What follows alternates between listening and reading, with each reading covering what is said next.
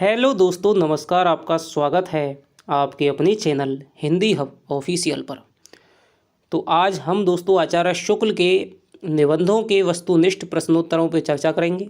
बहुत सारे साथियों का कमेंट आ रहा था कि शुक्ल के भाई क्वेश्चन लेके आइए। तो दोस्तों एक बात मैं आपसे कहना चाहता हूं कि बहुत सारे साथी कमेंट करते हैं, लेकिन जब वीडियो आ जाती है तब आप उसको पीछे के लिए टाल देते हैं। पेपर हो जाने के बाद आप देखेंगे या फिर वीडियो को। तो यदि मैं आपके लिए इतनी मेहनत कर रहा हूं तो दोस्तों आपका भी ये जिम्मेदारी है, ठीक है, अनिवार्य है कि आप भी मुझसे ज़्यादा मेहनत करें। आपने शायद एक बार नाटक नहीं पढ़ा होगा, निबंध आपने एक बार नहीं पढ़ा होगा, लेकिन मैंने आपके चक्कर में 6-6 बार मैंने निबंध पढ़ लिए हैं। ठीक है, आपको बहुत अच्छी तरह से दोस्तों यूट्यूब पे सबसे पहली बार आचार्य शुक्ल के निबंधों को इतने विस्तार से व्याख्या के साथ में मैंने पढ़ाया है। आप वहाँ पर देखिए 4-5 वीडियो हैं। जो निबंध आप 10 बार पढ़ के भी नहीं समझ सकते हैं उनको एक बार में ही आप समझ जाएंगे। तो पहले निबंधों को पढ़िएगा, प्लेलिस्ट में उनकी वीडियो है स्नातक स्तरवारी में, और थोड़ा सा चेक करने का प्रयास करिएगा। कई कमेंट ऐसे आते रहते हैं कि भाई आपने तो ये इसको पढ़ा दीजिए, इसको पढ़ा दीजिए, और जबकि वो चैनल पे पढ़ाया हुआ है। तो आप यूट्यूब में जा कर के और प्लेलिस्ट में जाकर के चेक करिए, वहाँ अलग अलग नाम से दोस्तों सारा लहरों के राजहंस पढ़ा दिया है, कुरुक्षेत्र पढ़ा दिया है, ठीक है, चारों की चारों कहानियाँ पढ़ा दी हैं, सबके क्वेश्चन आंसर करवा दिए हैं, कुरुक्षेत्र के क्वेश्चन आंसर करवा दिए हैं। ठीक है, तो रहने कुछ नहीं दूंगा, आप अपनी तरफ से कमी नहीं आने दीजिएगा। और इस वीडियो में दोस्तों मैंने 50 क्वेश्चन मैंने लिए हैं। अगली वीडियो यदि आपको चाहिए तो जब 2000 व्यूज हमारी इस वीडियो पर आ जाएंगे तब ही दोस्तों मैं अब अगला पार्ट है वो इसका अपलोड करूँगा। और कौन सी ऐसी रचना है जिसके क्वेश्चन आंसर आपको चाहिए, ज़्यादा से ज़्यादा कमेंट करें। जिस पे ज़्यादा कमेंट आएंगे उसी का दोस्तों अगली बार मैं बनाने का प्रयास करूँगा। तो चलिए शुरू करते हैं। आचार्य शुक्ल का जन्म कब हुआ था? 1884, 1882, 1889, 1891। तो दोस्तों 1884 में आचार्य जो शुक्ल है इनका जन्म हुआ था दोस्तों अगोना गांव में, बस्ती गांव, उत्तर प्रदेश के बस्ती ज़िले के अगोना गांव में इनका जन्म हुआ था 1884 में। 1882 दोस्तों किसका काल है? परीक्षा गुरु लाला श्रीनिवास दास का। 1889 है जयशंकर प्रसाद का जन्म हुआ था। 1851 में दोस्तों चंद्रकांता उपन्यास लिखा गया था, और ये अब की बार आरपीएससी फर्स्ट ग्रेड में पूछ लिया गया था कि चंद्रकांता उपन्यास का रचना काल क्या है। ठीक है, देवकी नंदन खत्री ने 1891 में लिखा था। आगे चलते हैं। शुक्लकृत हिंदी साहित्य के इतिहास का प्रकाशन कब हुआ था? 1913, 1919, 1929 और 1938। बताइए। तो दोस्तों जो शुक्ल का हिंदी साहित्य का जो इतिहास है वो आपका 1929 में हिंदी शब्द सागर की भूमिका के रूप में दोस्तों निकला था। 1913 में मिश्र बंधुओं का क्या है इतिहास निकला था, मिश्र बंधु विनोद। 1938 में आलोचनात्मक इतिहास रामकुमार वर्मा का निकला था। आगे चलते हैं। कौन सा कथन शुक्ल के बारे में असत्य है? शुक्ल जी महत्वपूर्ण निबंधकार हैं, बिल्कुल सही है। इन्होंने आलोचना के क्षेत्र में नए प्रतिमान स्थापित किए हैं, बिल्कुल सही है। इनके द्वारा लिखित हिंदी साहित्य का इतिहास लेखन में मील का पत्थर साबित हुआ है, बिल्कुल सही है। प्रारंभ में इन्होंने कुछ कविताएं भी लिखी तथा कुछ कविताओं का भाषा में अनुवाद भी किया था, बिल्कुल सही है दोस्तों। जैसे कि आपकी बहुत सारी इन्होंने क्या है, जैसे अंग्रेजी से बांग्ला से इन्होंने, जैसे बुद्धचरित है, ठीक है, और ब्रजभाषा में भी किया था, हिंदी में भी अनुवाद किया था। 11 वर्ष का समय है इन्होंने कहानी लिखी थी। ठीक है, तो इस प्रकार की इन्होंने कुछ कविताएं और कहानियां भी लिखी थी। लेकिन आपको पता है कि जैसे जो भी कवि असफल हो जाता है, जितने भी आलोचकें देख लीजिए, उन्होंने शुरुआत कविताओं से की, कहानियों से की, लेकिन वो उस पटरी पर चल नहीं पाए, इसलिए वो आलोचक बन गए। जो अच्छा कवि नहीं बन पाता है वो अच्छा आलोचक ज़रूर बन जाता है। तो इसका दोस्तों उत्तर हो जाएगा आपके उपर्युक्त सभी। यदि वास्तव में आप तैयारी कर रहे हैं तो ही दोस्तों चैनल को सब्सक्राइब रखें, जिससे कि पता चलता रहे कि हमारी वास्तविक संख्या है और पढ़ने वालों की है। ठीक है, आप इन निबंधों में शुक्ल जी के व्यक्तित्व की पूर्ण छाप है। बुद्धि प्रधान होते हुए भी इनमें हृदय का स्पंदन है। कथन शुक्ल के लिए किसने कहा था? नगेंद्र, श्याम सुंदर दास, बाबू गुलाब राय, हजारी प्रसाद द्विवेदी। 10वां क्वेश्चन मैंने दोस्तों इसकी क्या है, शुक्ल से बनाए हैं, उनके विचारों से, उनके निबंधों से किस प्रकार की है दृष्टि, क्योंकि पूछा जा सकता है आपसे, ठीक है। वरना मैं ज़्यादा से ज़्यादा दोस्तों आपकी रचना से ही क्वेश्चन बनाने का कोशिश करता हूं, क्योंकि आप परिचय वगैरह उसको तो आप पढ़ ही लेते हैं। तो ये हो जाएगा आपका शुक्ल के ये जो कथन है दोस्तों, ये बाबू गुलाब राय ने कहा था कि भाई जो शुक्ल के व्यक्तित्व की क्या इन पर पूर्ण छाप दिखाई देती है इनके निबंधों पे, ठीक है। बुद्धि प्रधान है लेकिन फिर भी इनमें क्या है, हृदय की छाप दिखाई देती है। मेगस्थनीज का भारतवर्षीय वर्णन का अनुवाद शुक्ल ने किस भाषा से किया था? अब देख लिए ये इनका अनुवाद आ गया, अंग्रेजी भाषा से, यूनानी भाषा से, फ्रेंच भाषा से, इटालियन से। तो अंग्रेजी भाषा से दोस्तों करेंगे, ठीक है। थोड़ी सी समझ की बात है। भ्रमर गीत सार किसकी रचना है? सूरदास की, आचार्य शुक्ल की, सत्यनारायण कवि रत्न की और नंददास की। तो ये दोस्तों आपको बहुत ही उलझाने वाला क्वेश्चन है और बहुत सारे साथी इस पर क्या है, सूरदास लगा देंगे, ऐसा क्वेश्चन आ चुका है दोस्तों, ठीक है। भ्रमर गीत सार है वो आपके आचार्य शुक्ल की रचना है। सूरदास की क्या है, भ्रमर गीत है या फिर आपके सूरसागर है, सूरसारावली है और आपके साहित्य लहरी है। लेकिन जो भ्रमर गीत के जो कुछ एक महत्वपूर्ण पद थे उनको चुन चुन करके इन्होंने क्या है, आचार्य शुक्ल ने भ्रमर गीत सार का संपादन किया था।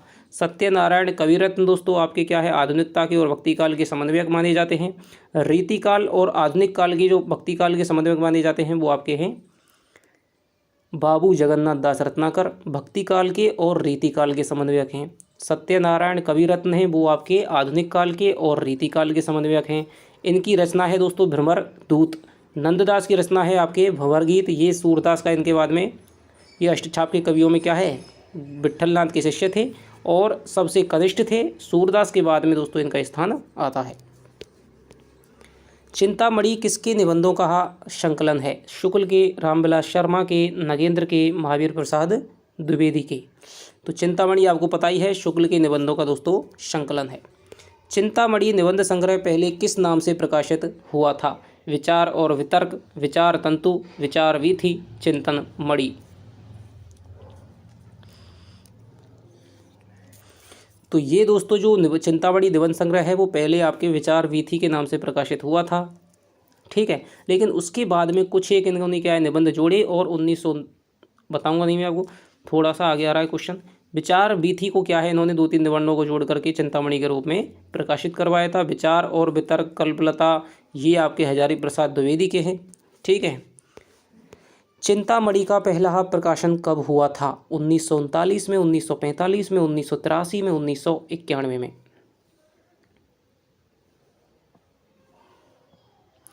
तो चिंतामणि का जो दोस्तों पहला प्रकाशन है वो आपका हुआ था 1939 में। चिंतामणि वस्तुतः चिंतन मणि है। इसमें शुक्ल की मेधा के गहरे चिंतन के परिणाम हैं। इनमें उसकी चिंतन की मणियाँ संग्रहित हैं। कथन किसने कहा था? विश्वनाथ प्रसाद मिश्र ने, बाबू गुलाब राय ने, रामस्वरूप चतुर्वेदी ने, डॉक्टर बच्चन सिंह ने। तो ये जो कथन है दोस्तों ये शुक्ल के बारे में, चिंतामणि के बारे में विश्वनाथ प्रसाद मिश्र का है। विश्वनाथ प्रसाद मिश्र ने ही दोस्तों रीति काल को क्या है, श्रृंगार काल नाम दिया था और रीति कवियों को रीतिबद्ध धारा, रीति सिद्ध धारा, रीति मुक्त धारा में बांटा था। चिंतामणि प्रथम में कितने बांग्मय विमर्श है इनका साहित्य? चिंतामणि प्रथम में कितने निबंध शामिल हैं? 11, 15, 17, 28। तो चिंतामणि प्रथम है दोस्तों, उसमें भाव या मनोविकारात्मक निबंध शामिल हैं, जैसे कि आपका उत्साह हो गया, भाव या मनोविकार हो गया, कविता क्या है हो गया, ठीक है, लज्जा ग्लानि हो गया, क्रोध हो गया, ईर्ष्या हो गया, ठीक है, आपका जो लोभ और प्रीति हो गया, श्रद्धा और भक्ति हो गया। तो ये जो सारे निबंध हैं वो आपके चिंतामणि फर्स्ट में ही शामिल हैं। तो इसमें हो जाएगा दोस्तों, इसमें 17 निबंध इसमें शामिल हैं। आगे चलते हैं। शुक्ल जी ने सर्वाधिक किस प्रकार के निबंध लिखे हैं? भाव प्रधान, हास्य व्यंग प्रधान, विवरणात्मक, मनोविकारात्मक। ज़रूरी नहीं है दोस्तों शुक्ल के शुरुआत में ऐसे क्वेश्चन बनते हैं, ज़रूरी नहीं कि वो आपको निबंधों तक जाए, ठीक है। जैसे कि आपका यादविंद शर्मा जी है तो वहाँ से आपका परिचय से क्वेश्चन बहुत कम चांस है कि पूछेगा। नाटक इतना बड़ा है कि वहीं पर कितने भी क्वेश्चन बना लो, ठीक है। लेकिन शुक्ल है वहाँ से दोस्तों आपके थोड़े से समझ के प्रश्न यहाँ पर बन जाते हैं, ठीक है, तो इसीलिए मैंने यहाँ से बनाने का प्रयास किया है। तो शुक्ल जी ने सर्वाधिक दोस्तों जो व्यंग निबंध लिखे हैं वो है आपके मनोविकारात्मक निबंध हैं, और इनके दोस्तों ये क्या है, सिद्धहस्त माने जाते हैं, मनोविकारात्मक निबंधों के जनक माने जाते हैं। आचार्य शुक्ल का भाव या मनोविकारात्मक संबंधी निबंध नहीं है। तो भाव और मनोविकार दोस्तों क्या होते हैं, जैसे कि आपका क्रोध है, ईर्ष्या है, लज्जा है, उत्साह है, श्रद्धा है, ठीक है, ग्लानि है, तो ये आपके क्या है, भाव हैं, मनोविकार हैं। तो इससे संबंधित कौन सा निबंध नहीं है, लोभ और प्रीति ये तो है, मानस की धर्मभूमि, श्रद्धा भक्ति ये भी है, लज्जा और ग्लानि ये भी है, लेकिन दोस्तों ये नहीं है, मानस की धर्मभूमि है, ये इनका मनोविकारात्मक निबंध नहीं है। आगे चलते हैं। शुक्ल का व्यावहारिक समीक्षा संबंधी निबंध नहीं है। भारतेंदु हरिश्चंद्र, तुलसी का भक्ति मार्ग, रसात्मक बोध के विविध स्वरूप और मानस की धर्मभूमि।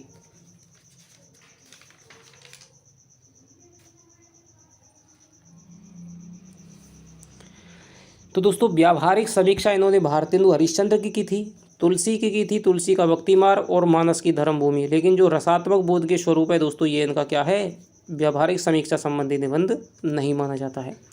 आगे चलते हैं। हृदय एवं बुद्धि का संतुलन समन्वय किसके निबंधों की विशेषता है? आचार्य शुक्ल, हजारी प्रसाद द्विवेदी, गुलाब राय, सरदार पूर्ण सिंह।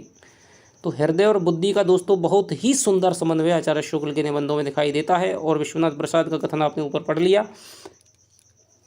गुलाब राय का कि भाई इनके बुद्धि तत्व की प्रधानता तो है, लेकिन हृदय की भी इनमें क्या है, छाप दिखाई देती है। इस पुस्तक में मेरी अंतर यात्रा में पड़ने वाले कुछ प्रदेश हैं, यात्रा के लिए निकलती रही बुद्धि पर हृदय को साथ लेकर। यह किसका कथन है? शुक्ल, गुलाब राय, रामविलास शर्मा और नगेंद्र। तो ये दोस्तों चिंतामणि प्रथम जो भाग है उसकी भूमिका में आचार्य शुक्ल ने ही कहा है। आगे चलते हैं। कविता क्या है निबंध चिंतामणि के किस भाग में संकलित है? प्रथम, द्वितीय, तृतीय, कोई नहीं। अब की बार दोस्तों इससे पहले का जो यूजीसी नेट का एग्ज़ाम हुआ था दिसंबर वाला, उसमें ये क्वेश्चन पूछा गया था और बहुत बार पूछा जा चुका है कि कविता क्या है, कौन से भाग में संकलित है। तो ये आपके प्रथम भाग में ही संकलित है, जिसमें आपकी श्रद्धा भक्ति है, ये सारे निबंध सम्मिलित हैं। वह निबंधकार जिसने अपने निबंधों में कलावाद का विरोध करते हुए उपयोगितावाद का समर्थन किया है वह है हजारी प्रसाद द्विवेदी, ये जयशंकर प्रसाद है, दिनकर है, आचार्य रामचंद्र शुक्ल है। तो दोस्तों कलावाद का इन्होंने क्या है, विरोध किया है। कला की क्या है, उपयोगिता बताई है कि भाई कोई भी हम साहित्य रचना कर रहे हैं जब तक वो क्या है, लोक में समन्वय नहीं करे, ठीक है, भावनाओं को जगाए नहीं, ठीक है, हृदय बुद्धि में समन्वय नहीं करे, या फिर उसकी कोई उपयोगिता ना हो, तब तक वो साहित्य की दृष्टि से मैं उसे क्या है, हे समझता हूँ, ठीक है।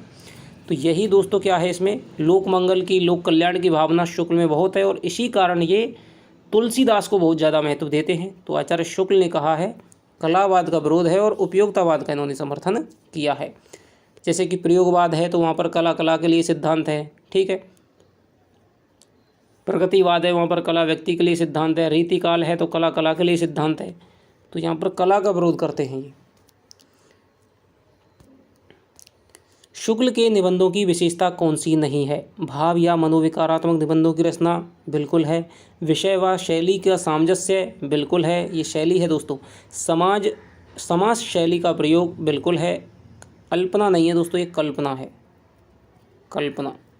कल्पना की अतिशयता, तो दोस्तों कल्पना की अतिशयता नहीं है, बल्कि इनके निबंधों में तो गूढ़ चिंतन की, विचार की, वितर्क की, दोस्तों तर्क की क्या है, अतिशयता दिखाई देती है। बुद्धि की दिखाई देती है, बुद्धि और हृदय का अद्भुत समन्वय दिखाई देता है। आगे चलते हैं। प्रेम में घनत्व अधिक है और श्रद्धा में विस्तार। यह पंक्ति शुक्ल के किस निबंध से ली गई है? काव्य में रहस्यवाद, लोभ और प्रीति, भाव या मनोविकार, श्रद्धा भक्ति। तो प्रेम में घनत्व अधिक है और श्रद्धा में विस्तार, तो ये दोस्तों श्रद्धा और भक्ति निबंध से ली गई है। किसी वस्तु के प्रति जो ललक होती है उसे लोभ, और किसी वस्तु के प्रति, व्यक्ति के प्रति जो ललक होती है उसे क्या कहते हैं? भावना, प्रेम, श्रद्धा, भक्ति। तो दोस्तों जब हम किसी वस्तु के प्रति हमारी ललक होती है, उसको चाहने की हम क्या है, अभिलाषा करते हैं, प्राप्ति की ललक करते हैं, तो वो तो क्या होता है, लोभ होता है। और व्यक्ति के प्रति जो हमारी ललक है, हमारा जो आंतरिक भाव है, उसे हम प्रेम की संज्ञा देते हैं।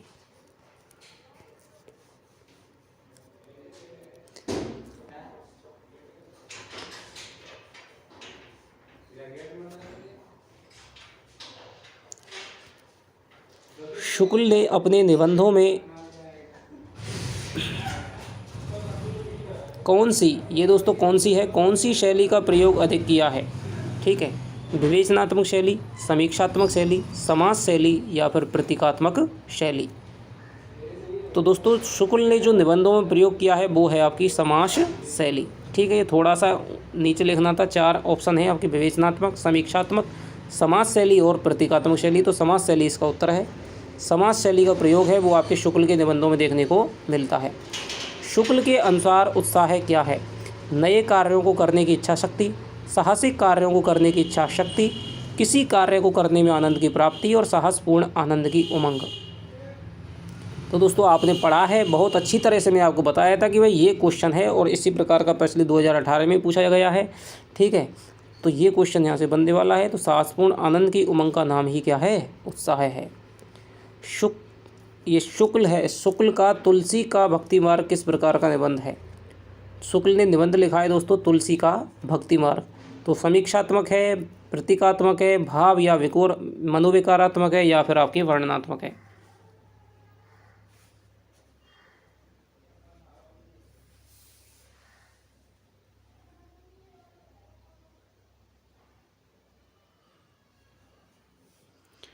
तो दोस्तों इस शुक्ल का तुलसी का जो भक्ति मार्ग है वो आपका समीक्षात्मक निबंध माना जाता है। आगे चलते हैं।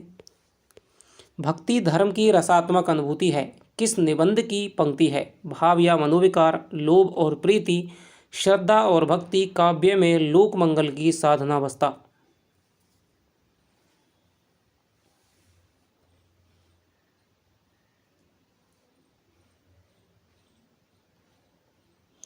तो ये दोस्तों आपके रसात्मक अनुभूति जो धर्म की है उसे कहा है इन्होंने भाव या मनोविकारात्मक निबंध में। श्रद्धा भक्ति में भी इसी प्रकार की पंक्ति आती है कि भक्ति है जो धर्म की भावात्मक अनुभूति है। ठीक है, इसी प्रकार की पंक्ति आती है, लेकिन जो भक्ति को धर्म की रसात्मक अनुभूति कहा है इन्होंने भाव या मनोविकार निबंध में कहा है।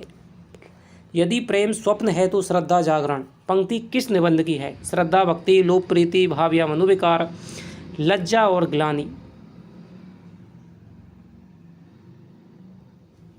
तो ये दोस्तों यदि प्रेम स्वप्न है और श्रद्धा जागरण तो श्रद्धा भक्ति की पंक्ति हो जाएगी। आगे चलते हैं। शुक्ल ने किस पत्रिका का प्रकाशन किया था? नागरिक प्रचारणी, कवि वचन सुधा, हरिश्चंद्र मैगजीन, हंस। तो इन्होंने दोस्तों नागरिक प्रचारणी पत्रिका का वो संपादन किया था। कवि वचन सुधा का 1868 में भारतेंदु हरिश्चंद्र ने, हरिश्चंद्र मैगजीन का दोस्तों आपका 1873 में हरिश्चंद्र चंद्रिका के नाम से हुई थी, लेकिन 1874 में इसका नाम बदल करके हरिश्चंद्र मैगजीन कर दिया गया था। और हंस है वो आपके प्रेमचंद की है। शुक्ल ने किस शैली के निबंधों का प्रवर्तन कर हिंदी निबंधों को प्रतिष्ठा प्रदान की? समास शैली, व्यास शैली, आगमन शैली और निगमन शैली। तो दोस्तों हमने देखी थी अभी कि समास शैली का प्रयोग इनके निबंधों में सर्वाधिक हुआ है, तो समास शैली के निबंधों को प्रदान कर हिंदी के निबंधों को प्रतिष्ठा प्रदान की थी। शुक्ल के अनुसार सुख दुख की मूल अनुभूतियां जब प्रेम और उत्साह का रूप धारण करती हैं तब कहलाती हैं।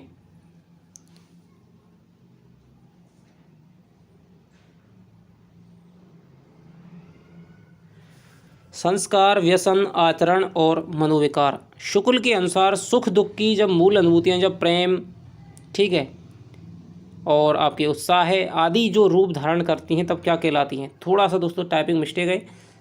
शुक्ल के अनुसार जो सुख दुख की अनुभूतियां हैं जब प्रेम है, आपके भक्ति है, उत्साह है आदि का रूप जो धारण करती हैं तब वो क्या कही जाती हैं? तो ये दोस्तों मनोविकार कही जाती हैं। ठीक है, मनोविकार कैसे कहा है कि भाई जो सुख और दुख की जो अनुभूतियां हैं जब हमारे विभिन्न रूपों को धारण कर लेती हैं, चाहे वो उत्साह का हो, चाहे वो भक्ति का हो, चाहे वो श्रद्धा का हो, तो फिर वो दोस्तों मनोविकार कही जाती हैं। शुक्ल के अनुसार गद्य की कसौटी क्या है? नाटक, उपन्यास, कहानी, निबंध। तो दोस्तों संस्कृत साहित्य में कहा जाता है कि गद्यम निक्साम कवि वदंती। ठीक है, कि जो गद्य है दोस्तों वो क्या है? कवियों की कसौटी है। और गद्य की कसौटी दोस्तों शुक्ल ने कहा है निबंध को। शुक्ल जी कहते हैं कि यदि गद्य कवियों की कसौटी है तो निबंध गद्य की कसौटी है। गद्यम कवि नाम निक्सन वदंती। शुक्ल के अनुसार भक्ति क्या है? श्रद्धा और समर्पण के योग का नाम, प्रेम और समर्पण के योग का नाम, श्रद्धा और प्रेम के योग का नाम, करुणा एवं प्रेम के योग का नाम।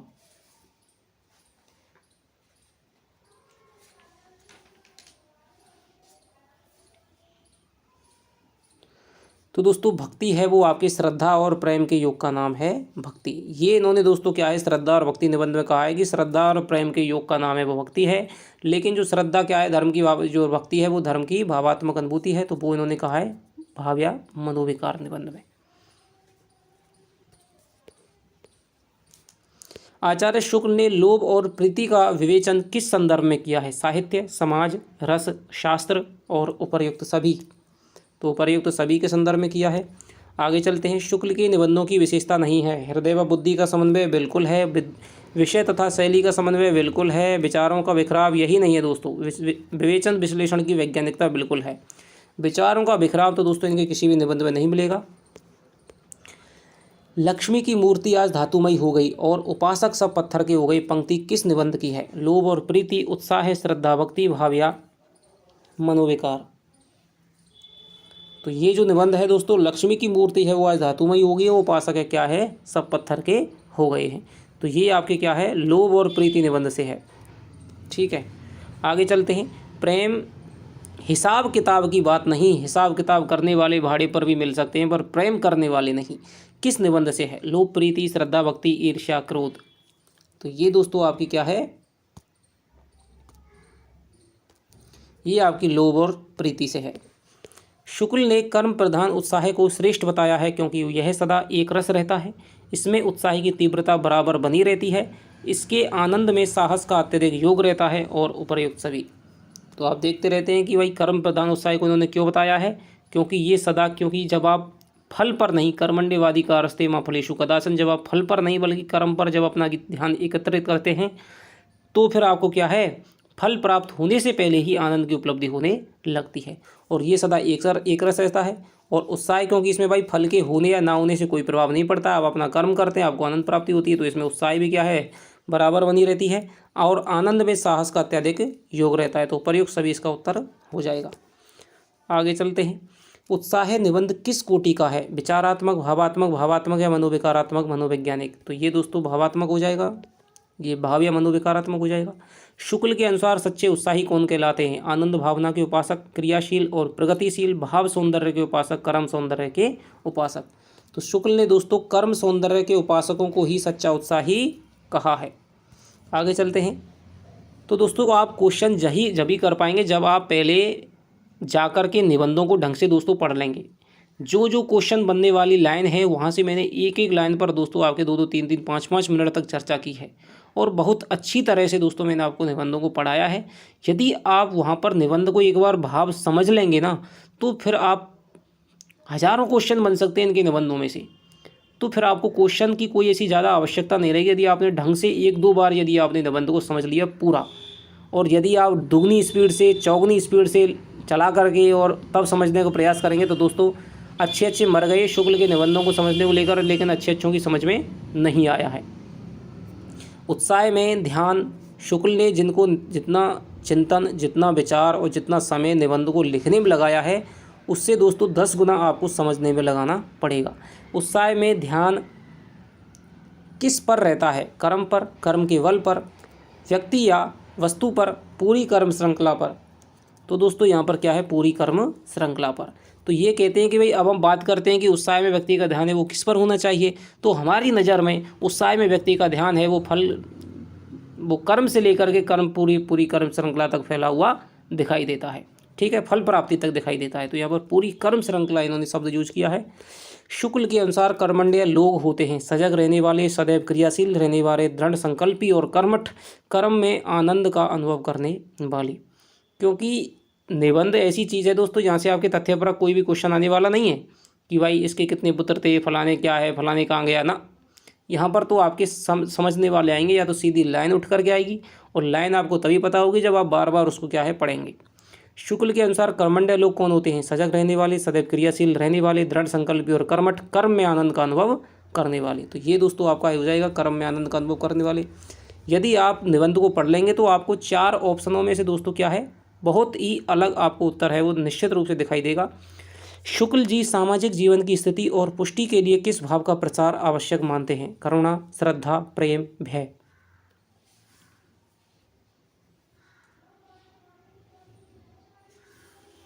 तो तो ये दोस्तों सामाजिक जीवन की स्थिति और पुष्टि के लिए करुणा के भाव को क्या है, श्रेष्ठ मानते हैं। ठीक है। शुक्ल के अनुसार कौन से कर्म शुभ और सात्विक हैं, जिनसे दूसरे प्राणियों के सुख का संचय और दुखों का निवारण हो, जिनसे स्वयं के जीवन में सुखों का संचय और दुखों का निवारण हो। तो ये तो दोस्तों खत्म हो जाएगा। जो भक्ति भाव से किए गए हों और संसार से निवृत्त रहकर किए जाने वाले कर्म, तो तीनों ही सही हैं। लेकिन दोस्तों जो शुक्ल ने बताया है कि दूसरे प्राणियों के जो सुख के संचय करें और दूसरों के दुखों का जो निवारण करें, वही दोस्तों क्या है, शुभ और सात्विक कर्म है। आगे चलते हैं। उत्तम कोटि के व्यक्ति को ग्लानि का अनुभव क्यों होने लगता है? जब कोई अन्य उसका ध्यान बुरे कर्मों की ओर खींचता है, जब कोई उसे अपने दुष्कर्मों की सजा देता है। ग्लानि का अनुभव कभी नहीं होता है, अपने दुष्कर्मों पर अपने आप ही होने लगता है।